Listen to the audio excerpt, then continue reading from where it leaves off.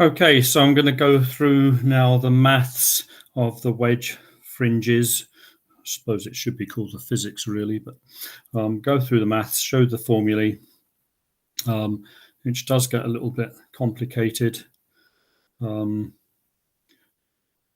Right, okay, so what's going on here? We've got glass on the top, N is 1.5 there. We've got air in the middle, which has a refractive index of 1. And we've got glass here, N is 1.5. So because the interference is set up in air, you'll remember when we were doing our previous examples where we had two rays like that, and this was probably glass. You'll remember that there the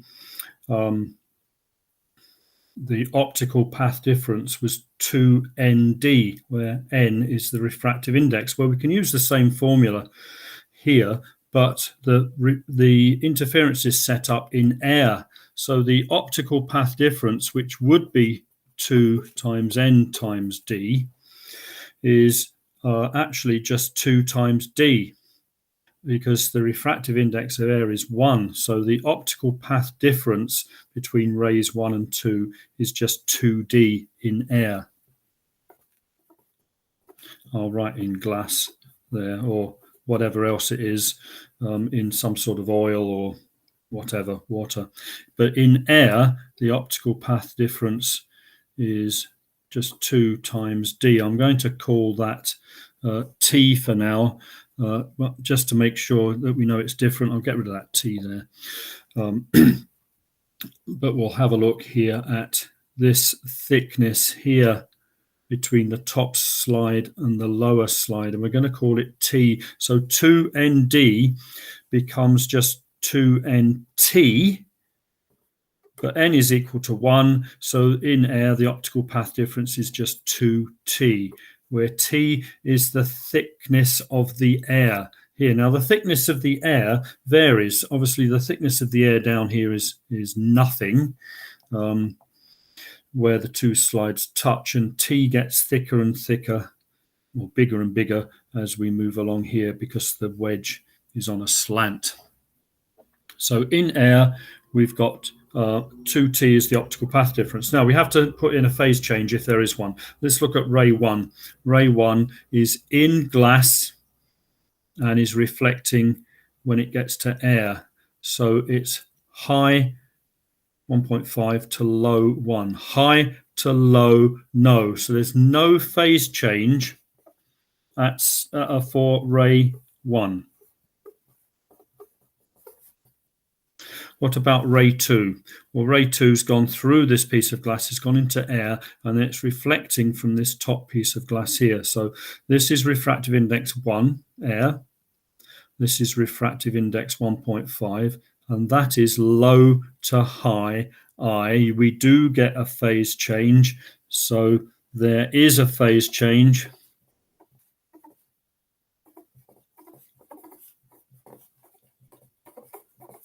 Of lambda over 2 for ray 2. Okay, and we have to add that to our optical path difference. So our total optical path difference, when you add both of these together, is 2t plus lambda over 2.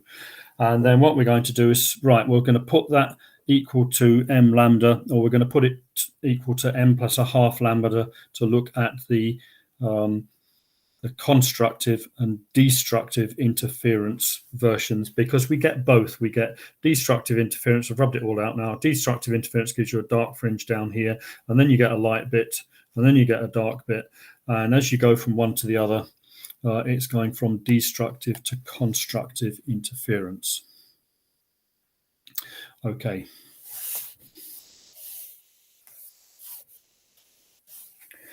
So just to do that again, our optical path difference is equal to 2t plus lambda over 2. Now for constructive interference, which means you get a nice bright band, that optical path difference is going to be equal to m lambda, just the same as we've always done. So this is just variations on a theme. And I don't know, you're almost certainly going to get one of these optical path difference questions is going to come up in assessments, in formal assessments, and it will either be something to do with a wedge fringe, or it will be something to do with thin films, lens coatings, or it could be oil floating on water.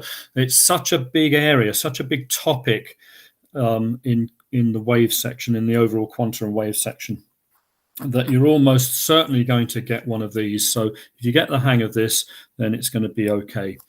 So OPD, which we know is 2t plus lambda over 2, is going to be equal to m lambda.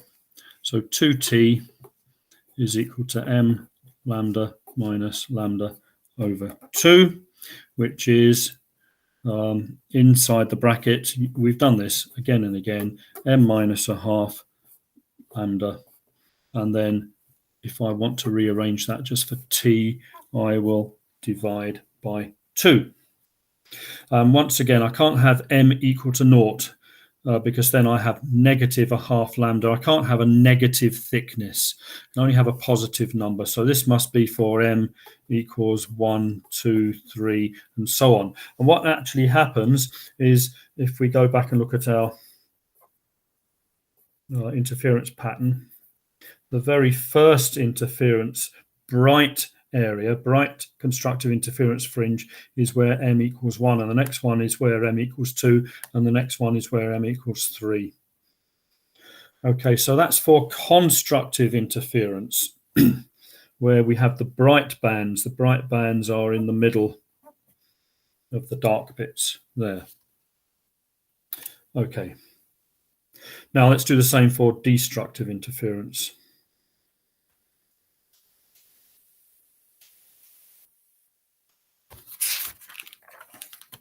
So our optical path difference, which is 2t, all right, destructive interference here.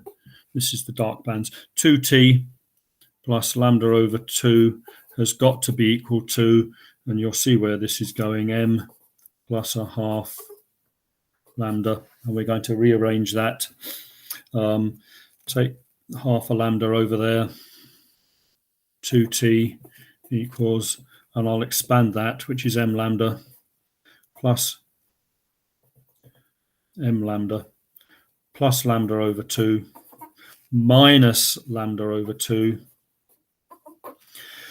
So the lambda over 2's disappear, and you're left with t equals m lambda over 2 for destructive interference. So we've got a destructive interference formula, and we've got a constructive interference formula.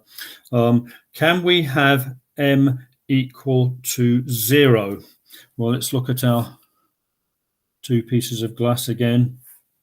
Okay, and where the two pieces of glass touch, which is just there, there is no air thickness. This T is the thickness of the air, which is changing as you move along and go along there. Is it possible to have T equal to 0? Yes, it is. So you can have M equals 0 for this solution.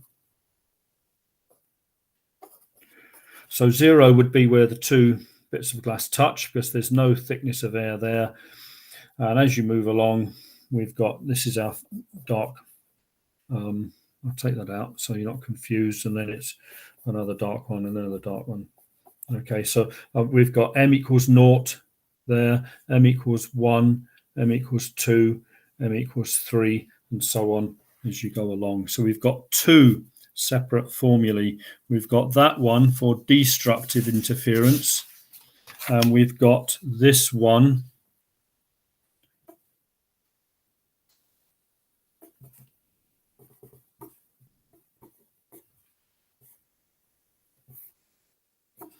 for constructive interference. Now, none of these formulae are on the sheet, but we're doing this so many times now, you should be getting very, very familiar. And I make no apologies for doing this over and over again, because we need to look at this frequently, because you're using the same similar analysis over and over again.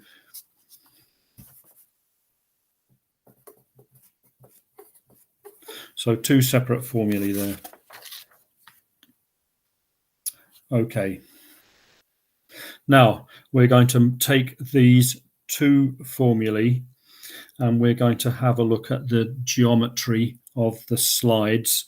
And so I'm going to draw hopefully quite an accurate diagram here of the two slides. So I'm going to put this here at the bottom. Here's our bottom slide. Okay, could really have done with a ruler for doing this, but never mind.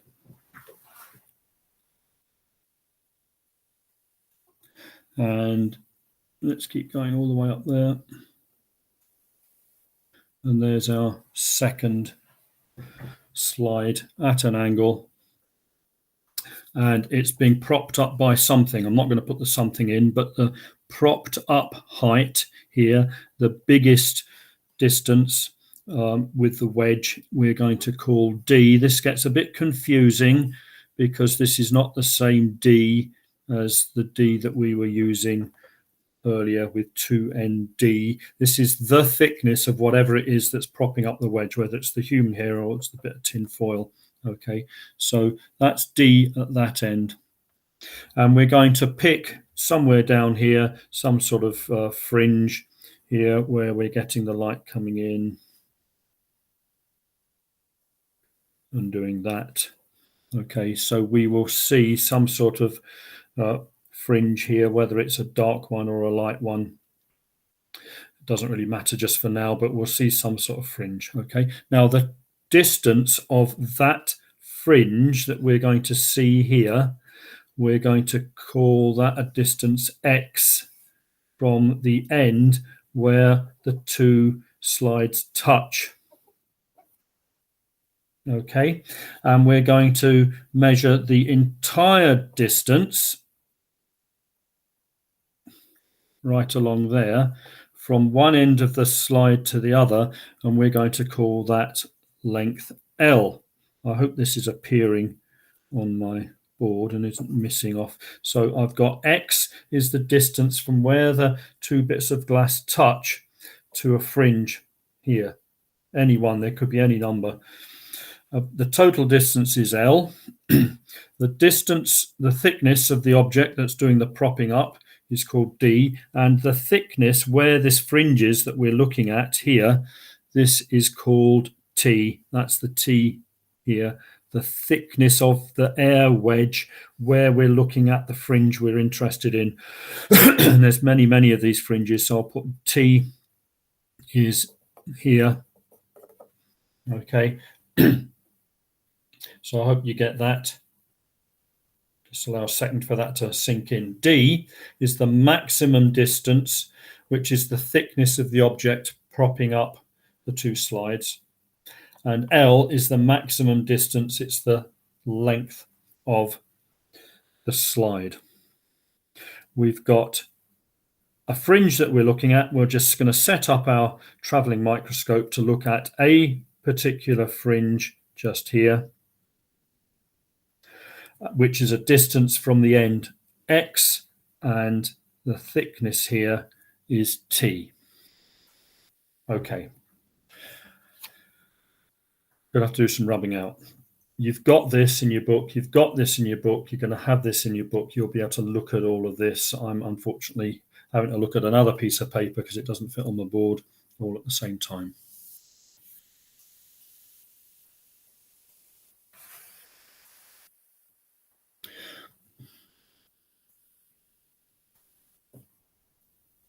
So I've got a triangle.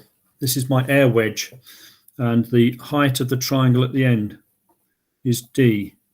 The length of the triangle there is L. The distance from where the two touch up to a fringe that we're looking at is X, and the height of the air wedge at that should say L. Did I say L? And that is T. Okay, getting ahead of myself here. So that's just a summary of what we had on my previous board. Total length L, distance from the end to the fringe that we're looking at. We've just stuck the microscope there and we're having to look at a fringe. it's X from the end, thickness D, thickness T.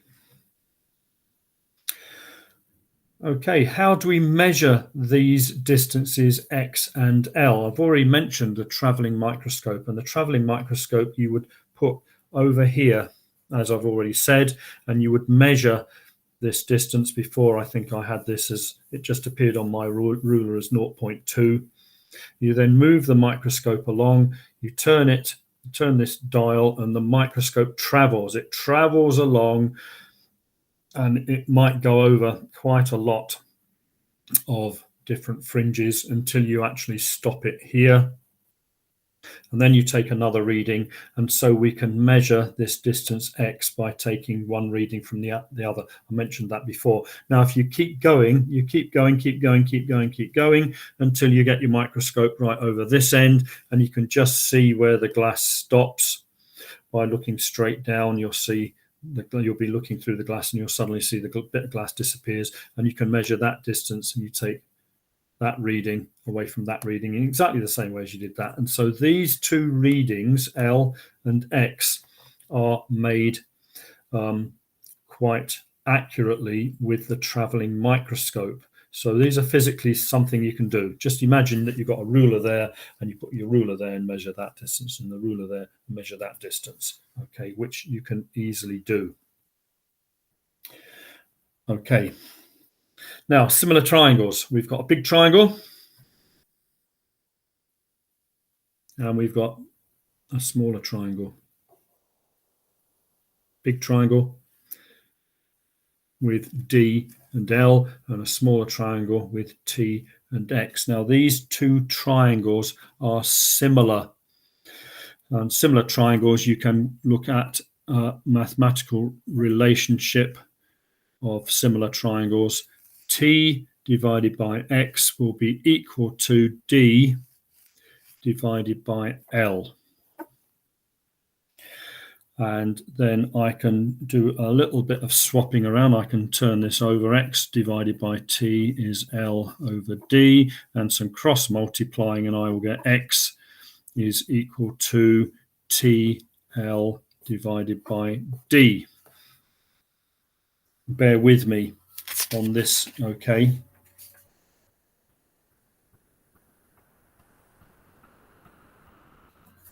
Excuse the lorries going past. Now, we worked out T earlier on, and T much earlier on was equal to, for constructive, was it constructive? No, destructive interference. Destructive interference, T is equal to M lambda over 2. So I can rewrite this formula by substituting for T, and X becomes M lambda L over 2D. Right, so that's as if we're looking at a dark fringe. We're looking at a dark fringe here. Okay, so I'm going to put my dark fringe on there. And I can say that that is a relationship for this particular dark fringe I'm looking at.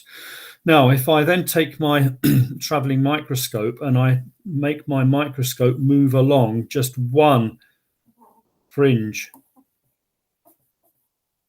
okay, so I was looking at this fringe here, and that formula applies. I then move my microscope along to the next fringe. Now I'm going to call this dark fringe number M. M could be any number. I don't know what it is because I'm not counting all the fringes all the way from the end. I'm just going to call it M. Then this next one, whatever M is, this next one will be called the M plus 1 fringe because it's just one more. Okay. Now, with my traveling microscope, I can measure the distance between that fringe and that fringe. So I set my microscope up and I take a reading, and it might be 0.6. And then I move my microscope along. These are just made up numbers. The numbers are going to be much, much smaller because this is microscopic in size because we're using a microscope. And I move my microscope along and I take a next reading and it says 0.7. So I will know how far I have moved from this M fringe to the M+1 fringe. It will just simply be 0.1. It's the distance between it. Okay, so I've started off here at my X position and I'm moving along to the next position here, and the distance that I move along, that 0.1 I just worked out, I'm going to call that delta X. It's the change in X. I started at 0.6 and I've now gone to 0.7, for instance, and I'm going to call that delta X. So I've got this formula here for my M fringe. I must be able to work out a formula for my M+1 fringe, and all I do is I take this, so this is for my M fringe. For my M+1 fringe, which is the next one along, X, this distance from the end becomes, this is a new X, this for this one is M+1. Lambda L over 2D. And I know that the difference between this first value X, which I had as 0.6, and the second one, which was 0.7, I'm going to call the difference between the two delta X. So if I take this distance, X, 0.6, away from this distance X, 0.7, I'm calling this distance delta X. And delta X is actually just the difference between these two. So I start off with this one, M+1 lambda L over 2D, and I take away that one, which is M lambda L over 2D. And if you work all the way through that, you can expand this. Well, that gives you M lambda L over 2D, doesn't it? And I'm going to take away an M lambda L over 2D. So I'm just going to get left with one of them left over, which is a lambda L over 2D. So I get delta X equals lambda L over 2D. I'm not writing all that down. I'm doing this expansion in my head. M lambda L over 2D. And then a lambda L over 2D, take away an M lambda L over 2D, just leaves you with that.